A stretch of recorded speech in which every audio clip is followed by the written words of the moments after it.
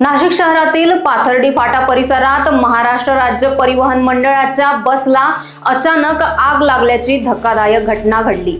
पाथर्डी फाटा उड्डाणपुलावरून जात असताना बसच्या इंजिन भागातून अचानक धूर निघू लागला आणि काही क्षणातच आगीने रौद्र रूप धारण केले। चालकाच्या सतर्कतेमुळे बस तात्काळ थांबवून प्रवाशांना सुरक्षितपणे बाहेर उतरण्यात आले।